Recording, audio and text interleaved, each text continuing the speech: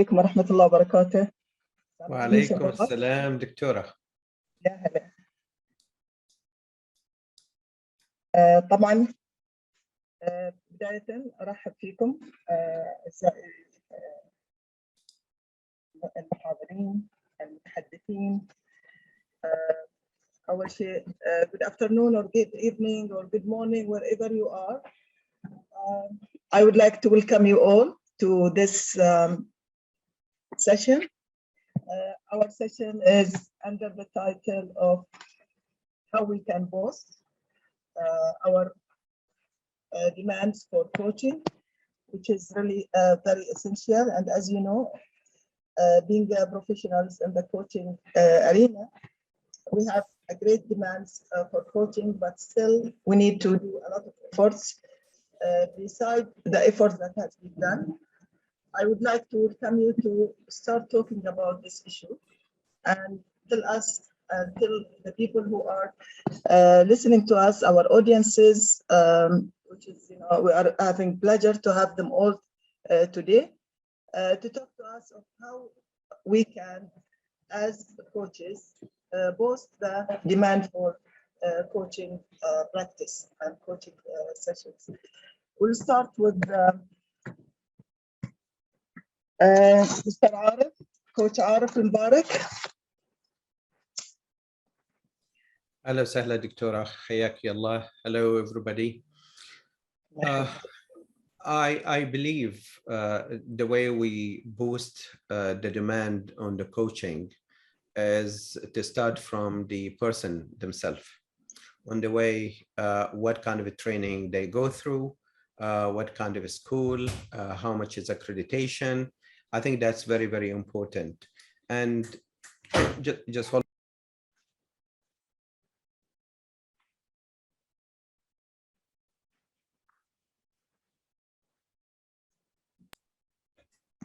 Sorry, got interrupted with the granddaughter. Yeah. No problem. Yeah. I believe the coach themselves have to work on themselves first in order before they go out and start marketing for themselves, before they start talking about themselves, they're professional coaches or not. I think if we put it in a nutshell, choosing the right school, accreditation, and then the right way of marketing. I have nothing against social media, but the right way of marketing as well. Fourth and foremost is a continuous work on the coach themselves is what's going to put them there, and being asked there will be demanded. These are the four fundamental things that I can think of now. Thank you very much, Mr. Arif, Coach Arif. It is really a very valid point. I'll just move now the floor to Mr. Lawrence Brown. Please, can you tell us what are your recommendations for such demands? Good morning, everybody. Thank you for inviting me to this. And thank you for speaking in English, Arif. I appreciate it. I sat in on the last session and I found it very interesting, and I understood about 3%, but it was still very interesting. Unfortunately, Dr. Claire Beckett couldn't make this session. She had to travel quickly for personal reasons from Qatar back to England. So I've stepped in as I've worked closely with Claire for the last 10 years. So I've stepped in to offer some feedback from Beckett McEnroy Consultancy in the Middle East. How can we boost the demand of coaching sessions? Well, actually, I'm in the UK and I've been here for 4 years since I left the Middle East, since I left Saudi Aramco. And we're finding now, as we come through COVID and lockdown, that there are far, far more jobs out there that are asking for coaching skills. Many, many jobs. I'm probably receiving 20, 30 different job availabilities each day that are out there. Not jobs for me, but jobs that are out there across the UK. I'd like some of them, as it were. the reason is, it's not just because of lockdown, but it's based around learning and development.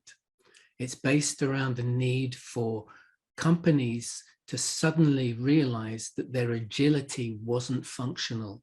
They were not being agile enough. And so what's happening is the COVID and everybody moving to Zoom, and the fact that people now don't want to go back to the office. They realize working from home can be very efficient and beneficial for their well-being, and they can still attend meetings. Meetings are quicker. Meetings are more efficient online. This is what's being found here. And companies are having to move quickly to stay competitive within this new market. So I find that if we look at it from an educational and a learning and development perspective, colleges and universities are now asking their lecturers and their professors to move into a coaching mode, a listening mode, utilizing active listening for their students, not only to assure well-being, but to remain competitive and sustainable in a market that's dying, frankly. The online learning, LinkedIn, for example, professional learning, it's taking away the markets from traditional academic educational institutes. So you sitting in your office, me in Aramco, pushing for 4 years to get MOOCs accepted for professional training successfully. Everything's changing now, and the coaching needs are based around the need for agility for leaders and offering staff opportunities to talk and then feedback to their bosses. So it means more active listening. And I think that's all I could say for now on this. It's working well in England. I've worked in the GCC and seen it change a lot in the last 20 years. And I've seen the need across the GCC. I don't know about Egypt, but across the GCC, I've seen the need from companies. Your last session was talking about one of the opportunities was governmental push toward coaching. And I believe that will happen across the rest of the GCC as well. Thank you very much.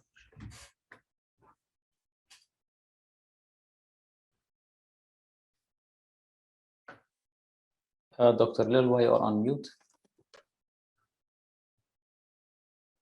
Thank you very much, Mr. Lawrence, for giving us some highlights on just some of the demands. When you said that there is a demand for jobs, do you mean for coaching jobs or jobs in general? For coaching jobs, for people who have got coaching training. Okay. It was very interesting that one of our top universities, Imperial College in London, Imperial College, last year started a very good MOOC, an online learning course, about 4 weeks long. I think it cost £50 for coaching conversations for educators. People are expecting coaching, customers are expecting to be coached and listened to. And it's mainly in people adding coaching qualifications to their existing qualifications to remain viable and useful within the workplace. Thank you very much. I'll go back to Master Coach Arif. If you can just, comment on this in our areas, in our region. Is it the same that there is high demand as in UK for coaches and people are going more for coaching training and coaching education? Absolutely. If we look... معذرة على المداخلة دكتور لؤلؤة، بس الصوت مش واضح، it seems إن في some issue في المايك. All right. Now can you hear me? Yes, exactly. Yes. All right. Okay. Because I think I have some problem with that, but I don't want to go to mobile. Yeah, I think I heard you, Dr. Lulwa. If I heard you correctly, is how is it in the GCC? How is the progress or the development on the demand on the coaching? As a matter of fact, if you ask me this same question in 2015, I would say the demand in coaching only in the big corporate in the region or in Saudi. Yeah, I think Lawrence Brown, he knows very well that Aramco is one of the leading companies that they were immersed already in coaching, and coaching is in demand, and plus a few other companies. But if you ask me today, where is coaching? I would say it's about 60% of it was in 2015. In the government sector, Dr. Lulwa, nobody have heard of coaching. Now today, most of the work happening, most of the demand happening in the region is in the government sector. It's not to take away the private sector demand. It's still, there is a demand, but you compare it with the government sector is much further. That's one. The other thing is we're seeing a lot of demands on people wants to know about coaching. People wants to study coaching. People already taking coaching in the government sector and private sector. They're going and getting certified or getting professional certificates in the coaching. So there is a huge demand, a huge buzz on the coaching, whether studying or working or being demanded in the region. Okay, great. Thank you. Thank you, Master Coach Arif. We'll move now to Coach Osama Al-Musa. Welcome, Coach Osama, and great to have you with us. And I would like to also to let us know about the demand on coaching. Thank you, Dr. It's a great pleasure to see you again and meet you again here. Thank you. It's a pleasure. It's an honor. I also welcome Lawrence and Muhammad Sharaf here. Great to see you. I relate a lot to what Lawrence mentioned related to coaching in general and in specific the piece of coaching in education sector.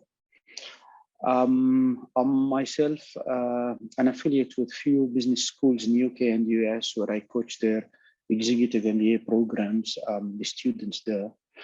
And I see here there is a gap between the region and within international trends of how to utilize the power of coaching within the education sector. Still, the education sector here is more academic than that belief of being receptive for the soft skills related parts. Yeah, we even see very little universities who they have like a training center to be open for public and to conduct learning and development programs there. But you know, it cascades with time. For sure, we're going to see those trends too. I'm someone who has a sales and marketing background. So the moment I see this word demand, then what comes in my mind is what creates demand is supply. That's one of the aspects. Yeah? The more supply we have, demand will be created. What made us purchase the mobiles with, I don't know, 100 something megapixels camera? It's not my need for it. It's not. But the moment it's available, I will be stimulated. I will know that I need something which I was not aware of few years ago. And here is something about coaching, but what remains is what sort of supply we want to bring into the market. So far, what I see, and that's my own philosophy, I don't say I represent the whole thinking here, yet the majority of coaching schools, they focus on the skills part.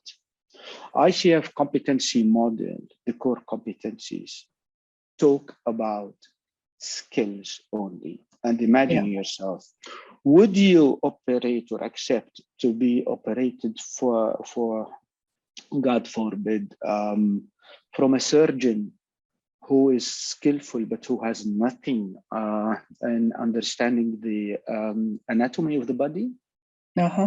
I myself would not do it. Yeah, that's too much to have a competency that will be built only on the skills part. So here there is a gap, and I advise myself first of all with this: how can I neutralize the background, the knowledge of coaching, especially the evidence-based, research-based approach into coaching that's based on science, not just cliches of I don't know who said what or pseudosciences. We see much of schools and coaching schools methodologies that, to start with, they're pseudoscience. What does pseudoscience mean? It doesn't fulfill what it claims for. And pseudosciences, they also have a major drawbacks, disadvantages, that they have not been studied. So pseudoscience, it is not just that it doesn't confirm the reason it was being thought of or the theories. So we're not sure of the impact or the effect, plus we're not sure of the side effects too. So imagine when some of us coaches, we just cocktail and mix different pseudosciences with cliches, and what sort of supply we're offering. Okay. So that's the thing. It's about proper supply to fulfill that demand, to educate that demand, partly as well. The demand, or at least where we are now, with an unsurpassed level of demand after COVID. So this demand, how we can be sure of bringing in this service with faith. We're not business people. We're not supposed to put profitability first. No, the best interest of our clients first. So how we will educate this community, our target audience, organizations, on how to select the right coach, how to design the service. The purchaser, and if I talk about the public, then they just don't know. They might fall in a trap of selecting a coach based on their character, just because they talk nicely on the social media, not because of their competency. So we have that obligation to educate and make sure this demand knows what they are doing, or the ones behind that demand know how to do it, how to select. Thank you. Okay, thank you very much. It has been a very important course, touching on the competencies as well as on the supply of coaches, and how competent they are, and on the people or selections of these coaches based on what are their criteria to select coaches. So we need really educate people and market more about the competencies of competent coaches. Now, just we'll move to Coach Ihab Badawi, and we have Mohammed Sharaf also, Coach Mohammed Sharaf together. But let us start with Coach Ihab, please. Okay, so I would second what Lawrence actually mentioned, and we can immediately see the increase in demand of coaching, for example, all across the world, because of mainly two things: the rise of awareness about the coaching and the research that has been done about the impact of coaching across various industries. And when I was studying in Georgetown University in Washington as well, they introduced as well a coaching certification program, an ICF accredited coaching certification program, and many universities are following suit. Being specialized in the leadership niche, and because I work with lots of organizations, and most of my research is about how coaching and leadership are intertwined. Coaching now is one of the core competencies in leadership. If you go study the high impact leadership model, you would see like coaching and mentoring. There is no leader who can actually be an effective leader except if he embraces the coaching as a main approach. In our academy, our model is called the Transcendence coaching model, and we advocate the Transcendence leader coach. And this is where we are working on educating organizations in order to uplift and enhance the leadership capacity through coaching. I'll give you some examples, which I'm so the past 2 years while I was based here in Canada, I've been working with lots of organizations in Kuwait and Saudi Arabia, specifically government, as Mr. Arif mentioned, the government specifically, and non-government, the private sector. We are working on projects like instilling coaching as a culture. So building a coaching culture all across the organization, That's why the increase in demand, because the HR is embracing coaching and understanding the power of coaching as a complementary development approach, because training is still there, consulting is still there. Each one has its own dedicated impact. So now, for example, we deliver with lots of multinationals. So, for example, with PwC, we work on joint projects of training and coaching as a hybrid model. So you train to build a skill and you coach to enhance the sustainability and the belief and the capacity of people to implement. We deliver programs such as building high performance teams, or building a high performance culture. All what does this mean is the more you raise awareness about coaching, the demand is going to be the immediate derivative. As Mr. Lawrence mentioned, the educational sector, lots of teachers, lots of school supervisors are coming to the academy in order to embrace coaching as a mode of delivery. Okay, because if you are a teacher and you start coaching while teaching, it's not about only giving information, it's about allowing the child to be more creative.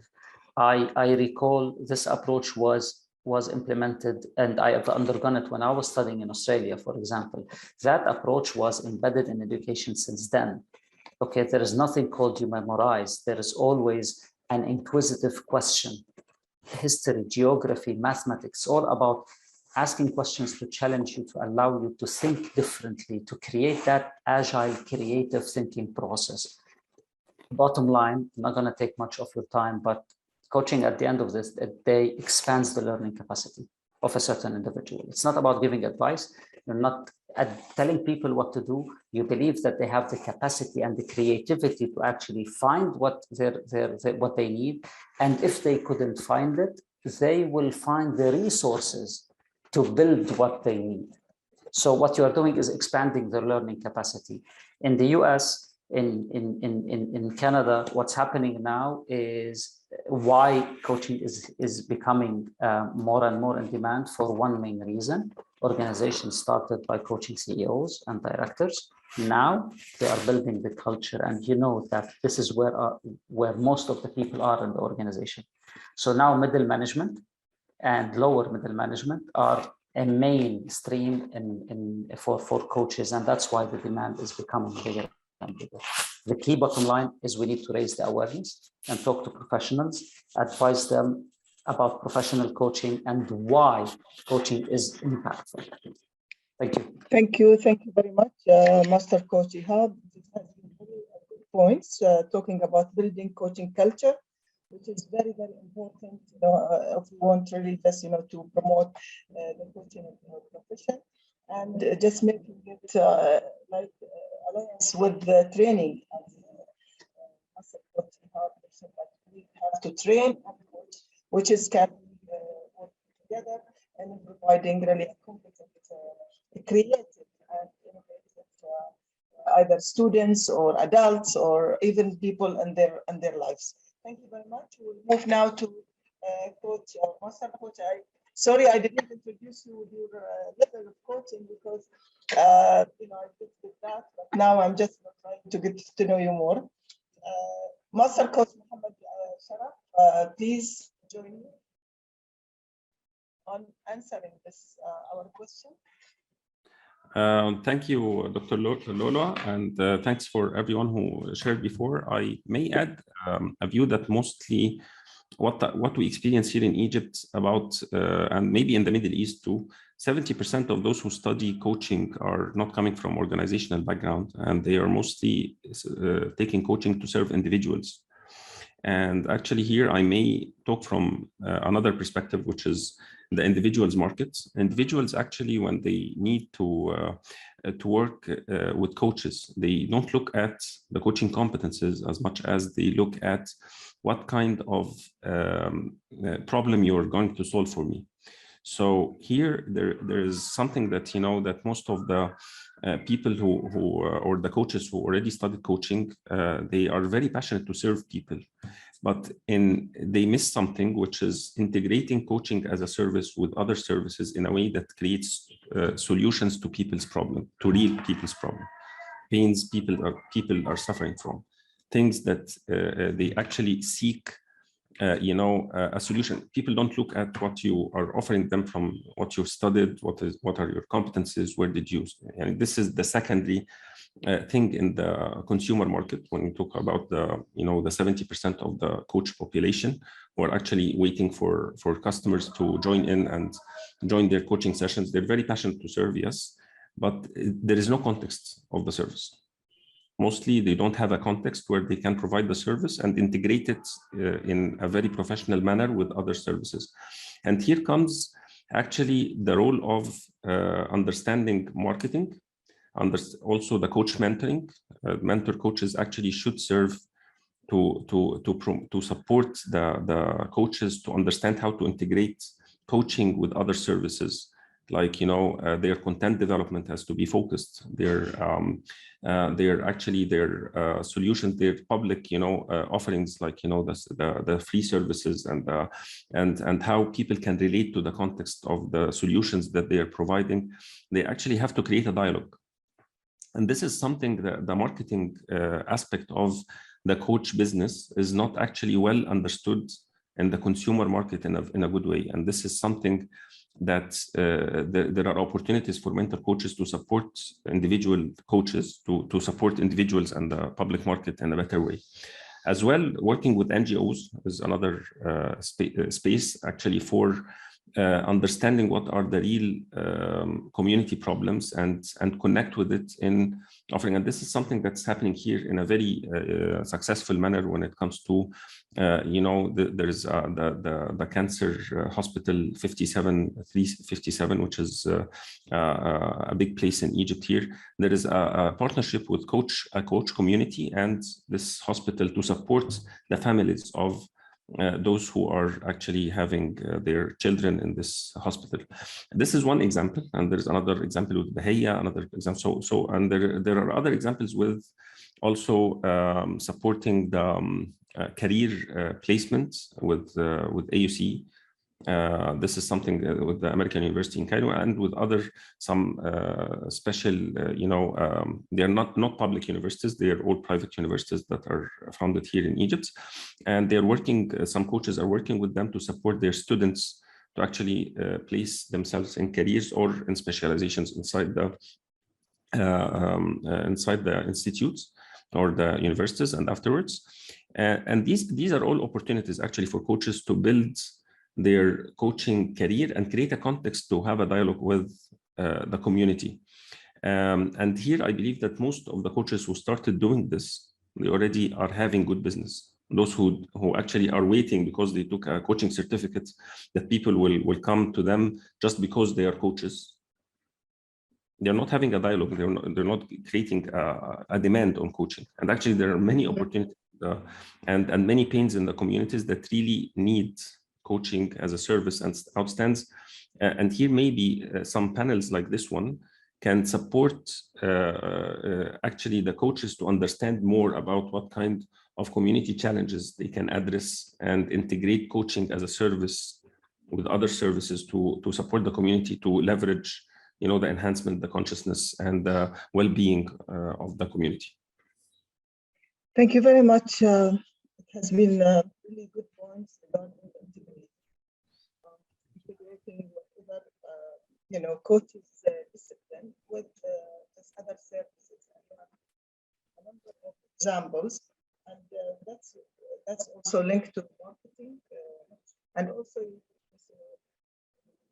have mentioned that people will not go to the coaching because they are only a coach, but they want to see an impact, how he or she impact their lives, impact their or whatever, just the purpose of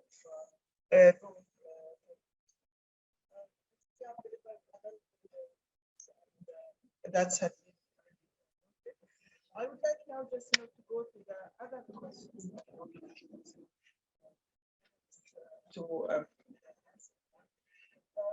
what are the sources that we have? Okay, now just, is it better? Can you hear me better now? I'm trying my best. Dr. Lulua, your voice is on and off. Sometimes it's clear, sometimes it's not clear. Most of the time it's not clear to me. Okay, now can you hear me clearly? Now I can hear you. Okay, thank you, thank you. I'll just shift, just when you start talking, I will shift into the mobile. Yes, recognizing that we have a number of professional and accredited coaches in the Arab world, either our region or Arab countries. I think it is time to use those coaches as resources, and I consider them as unlimited resources for promoting coaching. So I would like to also add what kind of other resources that we have in order just to make us, really promote coaching as a profession that can make impacts in the people's lives and just help us to recognize coaching profession more and more. I would like to start with Master Coach, please. Can you hear me now? No? Can you hear me now? Now we Can can. you- I can. Okay.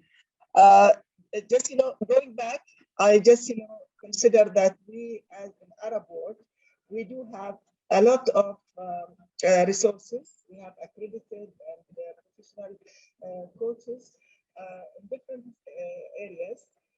So we'd like really to capture on those. We'd like to promote them in order to make sure that the coaching profession is really sound.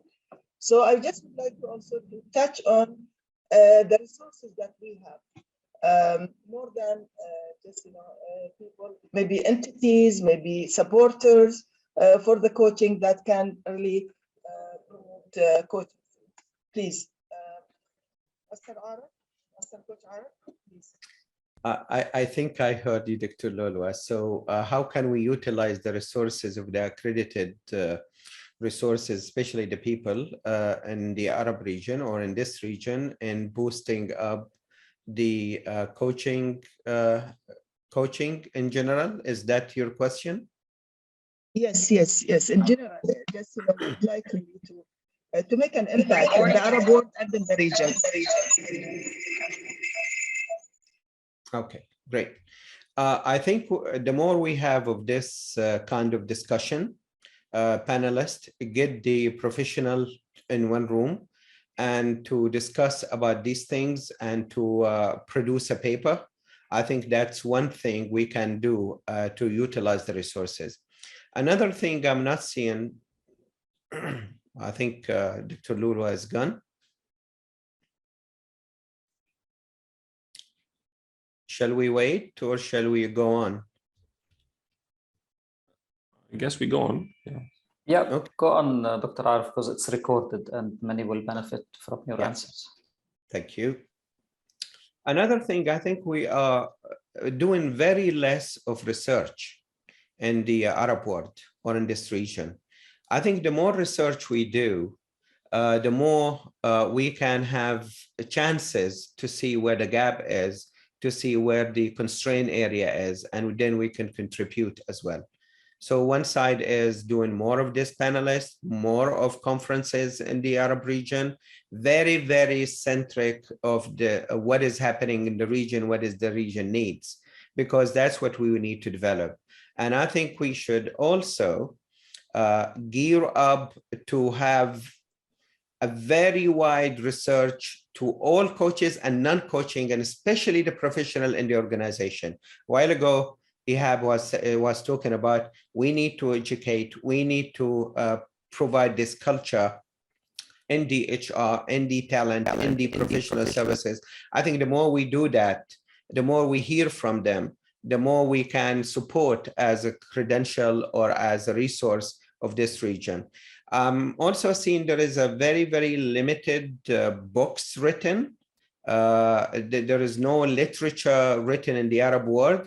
Mostly if you're non-English speaking, so you're missing a lot of what is happening. A while ago, we had one person, I think Samir, he had 3 books about coaching. I think what we need to do a lot or more of the literature in coaching in Arabic, and that's how we become resources. You're mute, Dr. Lulwa. Thank you very much. Can you hear me now? Yes. Clear? Okay. Yes. Thank you. I just would like to just go to Lawrence Brown. Can you please add to what Coach Arif has said regarding the resources available in the Arab world and just in the region? Yes, of course. I've only worked with Arab resources for the last decade since I started my professional coaching credentialing with the ICS and the EMCC. And I have seen changes. So for example, Dr. Claire Beckett, I've been working with, all of her materials are in English and Arabic and other languages. And I've seen that particular consultancy, Beckett McInroy, picking up a lot more interest and a much wider audience because of the flexibility of the languages and the theoretical models she promotes in all of her training. So in the last 2 years during lockdown, we've been, and I've been, quite busy with mentor training. As has been mentioned before, we need that level of professionalism where we're showing the ethical credentialing models and theoretical models to compensate for knowledge as well as skills. So there are other alternatives out there. And I think it's very important that we make use of those and the local colloquial research that's been going on.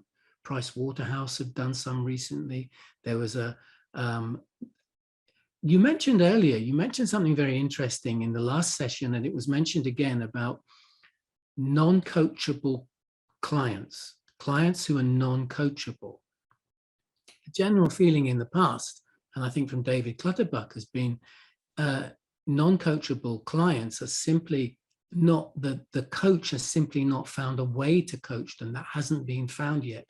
One of the problems I had in the Middle East with team coaching was that management were pushing their staff into a coaching environment when they didn't necessarily want to be there.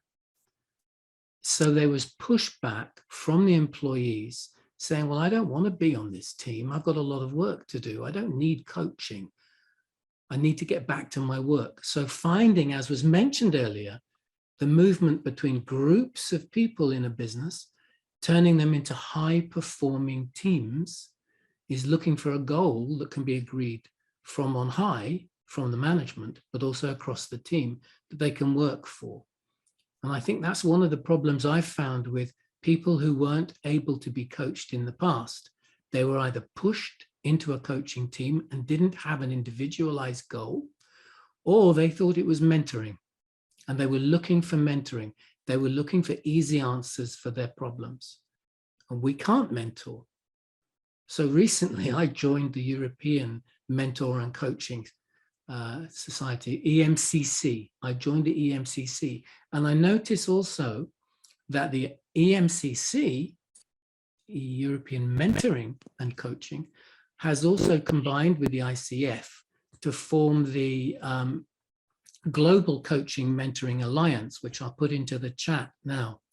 And I find this shift towards an easing of the ICF non-mentoring ethos to be interesting, that we are now moving slightly towards a mentoring process. And I think that might be a way forward as well for the Middle East, to look at what's going on with this amalgamation between coaches and them offering some form of mentoring.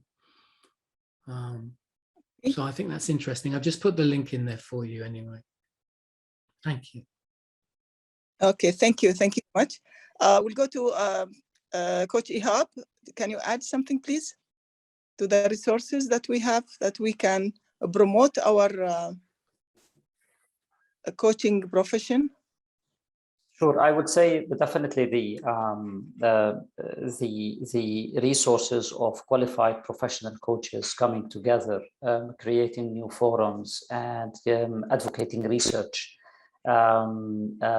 doing workshops, seminars for corporations and for individuals, for people in general. Not only limiting it, for example, to what happens usually in the ICW, the International Coaching Week, but actually to make it a constant. We try to contribute by doing free webinars on continuous basis. We are now packaging them to release them as part of YouTube, just free knowledge for people to understand what is professional coaching, when do you identify that you need a coach, how do you approach it in the organization, as Lawrence said, not to force it on people who are looking for a quick fix or a quick solution, educating the people about coaching and using a buy-in rather than a push strategy with the teams, allowing them to believe in the power of coaching by being educated first, and not to tell them like, all right, this is a program that you have to be in, and guess what, we are going to overload you with work as well. I can see organizations sending people for trainings, especially online, when it's 4 hours and people are sitting on their desk while working, actually attending the training, and this will not lead for any retention, not focus. We say in coaching you need presence. Presence is not only for the coach to be present with the client, but also for the client to be actually present, grounded, focused, having all the totality of time is on that client actually. So I would also support educating organizations as when they want to embrace coaching, what type of coaching, number 2, with whom to work, number 3, how to ensure the proper environment for people to be properly coached on that, for them to have a proper impact. And second, I would say also raise the awareness for organizations as well as to how to harness the power of coaching. You are coaching the team, you need to understand what happens after coaching, how you are able to embed them in a proper leadership environment, even if they are not being prepared in a leadership role, but everyone is a leader in the organization. You have to allow them the chance of that learning capacity to apply it at the end of the day. It's not something like we are trying to add a flavor on the training and development by injecting coaching. It's not just adding a flavor, it is harnessing the power of coaching. So to summarize it, or to bottom line it at the end, it already boils down to raising the right level of education, whether for the masses, for the people, or for organizations and the decision makers in those organizations, how to facilitate the ground of coaching. For whether for parents, for example, we had Coach Samir, who is into relationship coaching, and for parental as well. You need to educate the parents about coaching, how they can embrace coaching, not only to be coached, but how they can benefit from coaching so that they can coach their children as well. Thank you very much. I think we have to start from schools, and we have to start by educating and making even school leaders to be aware of the importance of coaching's methodologies and applying them in classrooms, so the kids will be raised up with with knowledge and with the practice of answering the questions that has been, that will be provided to them in order just to make them more creative, more innovative, more responsive to the environment, the whole environment. A very good point. We have to create the proper environment, starting from school to university to colleges, and then to the workplace, and educating leaders more about coaching. I'll go now to Coach Mohammed Sharaf, please. I love the ideation and the ideas that were actually provided by everyone on the panel, and I really love this idea, the concept of research, and actually having.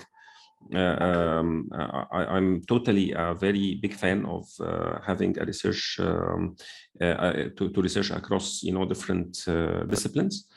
and having some research, bodies. And actually, I'm not sure if universities in the Middle East are interested in something like to do something like that, but it has to start in the private sector.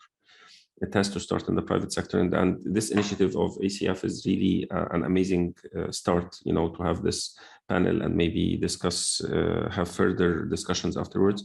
But we need to support that with research methodologies, in introducing, in special sectors and specific customer segments, and to understand what and actually support coaches actually while they're doing their practices, to maybe integrate some research questions to actually survey their to serve their specialization or something. So this research mindset will actually support them to actually come up with something, valid in hand. I recall in 2015 I started coaching individuals.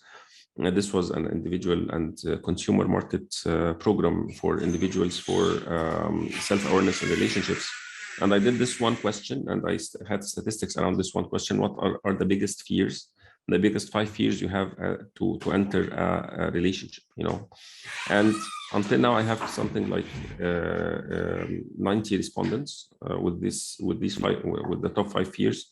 And this is my research question, this program. It may sound very simple, but it can create themes, from your clients, doing deliberate practice and having, a question inside your conversation that you insist on having answers for, and sometimes it may create themes and may enhance your service and actually create better dialogue when you're interacting and providing your solutions and services.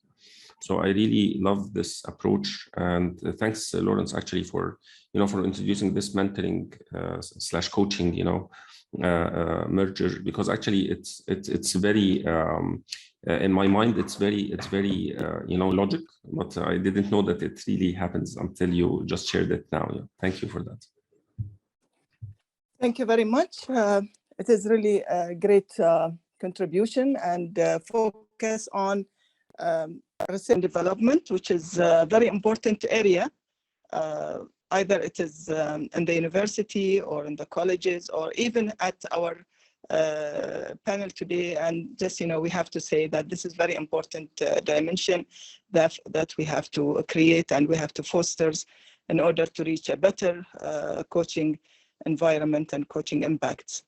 I'll go now to Coach Osama. Would you please, Coach Osama, give us your input on this issue?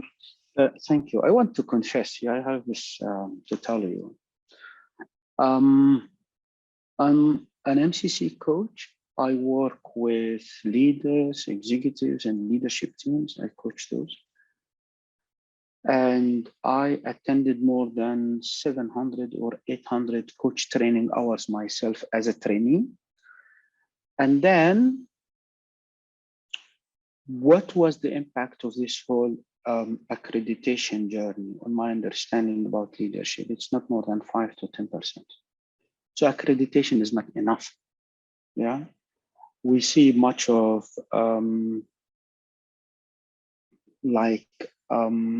changing the career along the way. So I was working in a kindergarten, and all of a sudden I took that training program of how many hours. Then I had my ACC accreditation, and now I can talk on the, no, that cannot happen.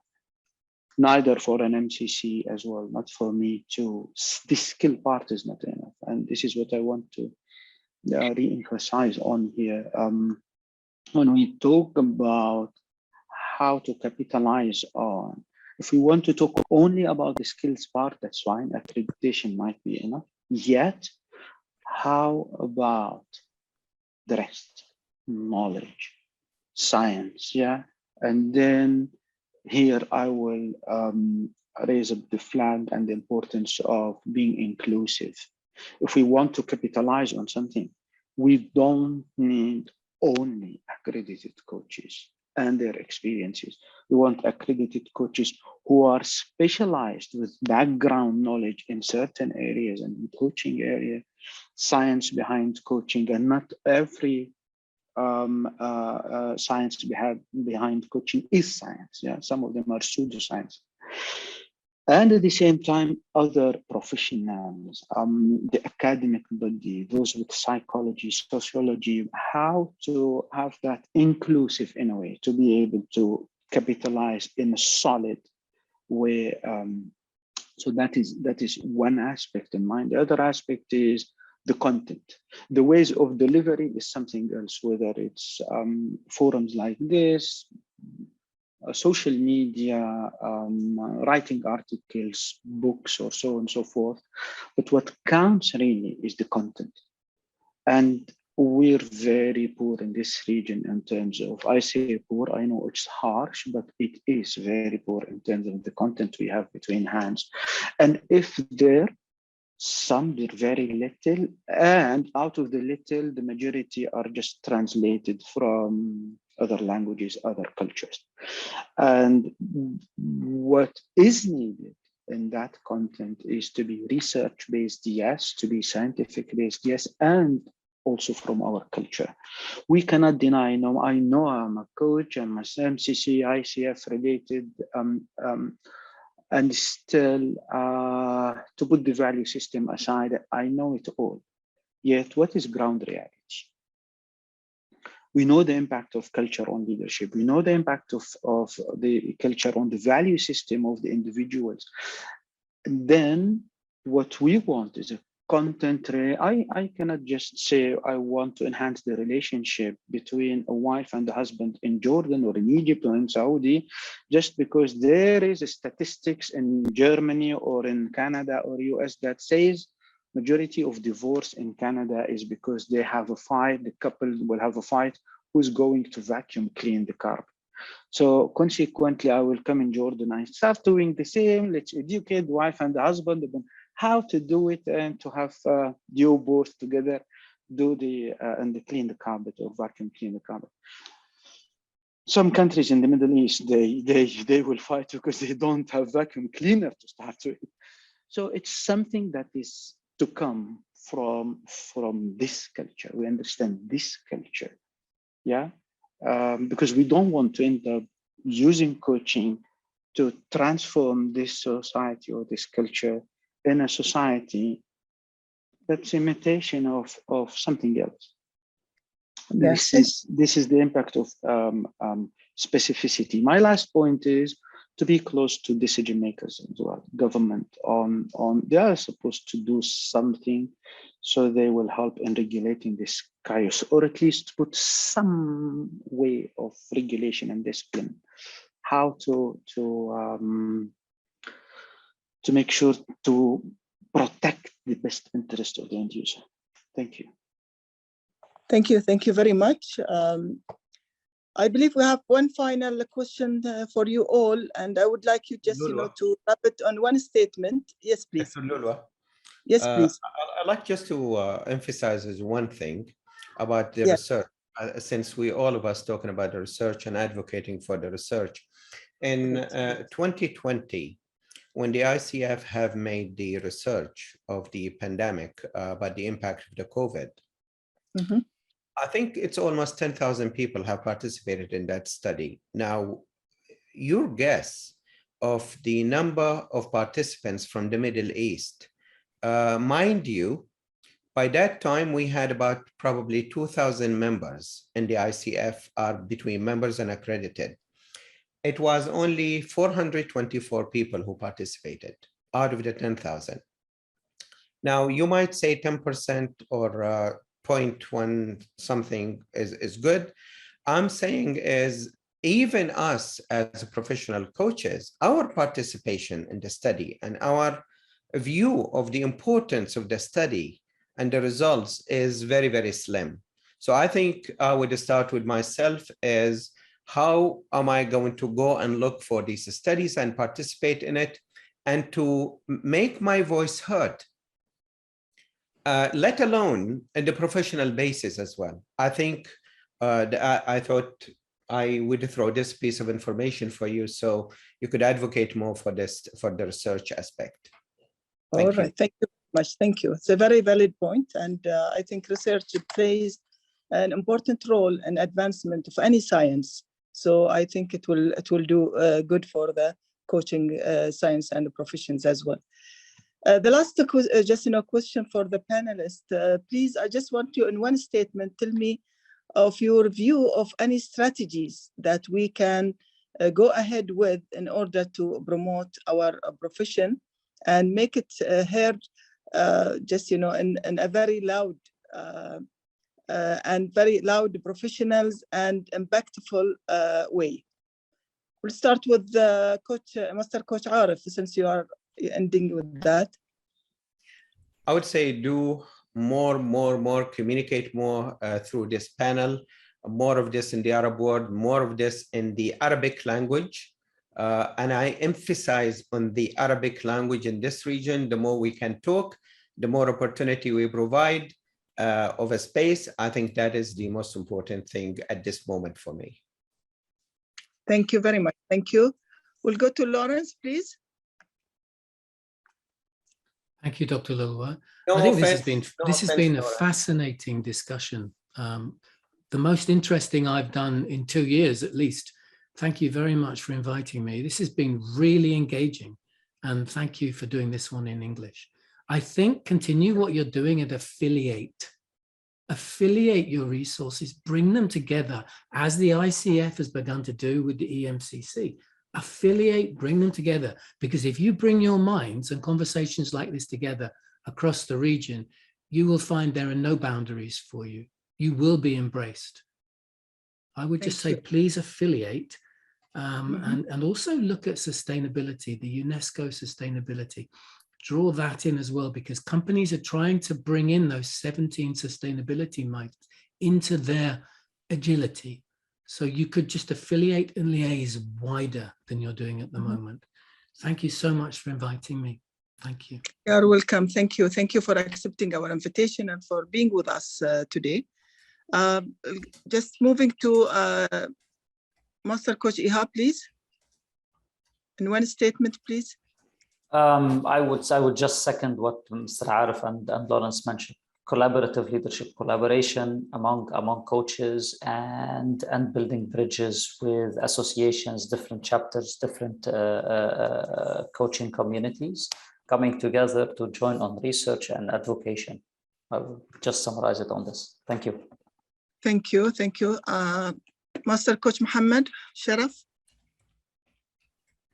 I have nothing to add, I have to force Arif, Lawrence, and Ihab, it's collaboration and building bridges and talking with the local culture in the local language and with what people relate to, that's very important. Yeah. And this is, and it's really been a very useful, thank you for having me in this discussion.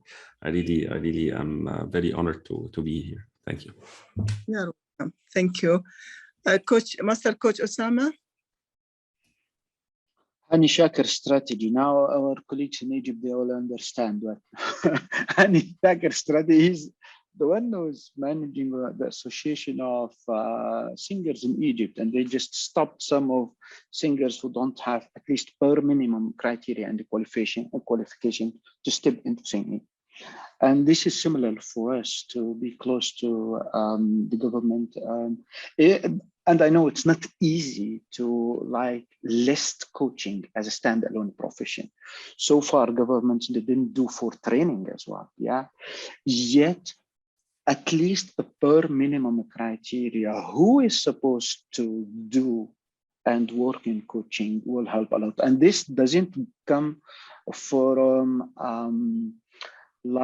hunger because coaches, we are supposed to find work. No, this is not what's in heart. What's in heart is the best interest of the end user. This is what counts, and it's not a way to just create work for coaches. Thank you. You are welcome. Thank you very much. I would like, on behalf of the Arab Coaching Forum, to thank you all.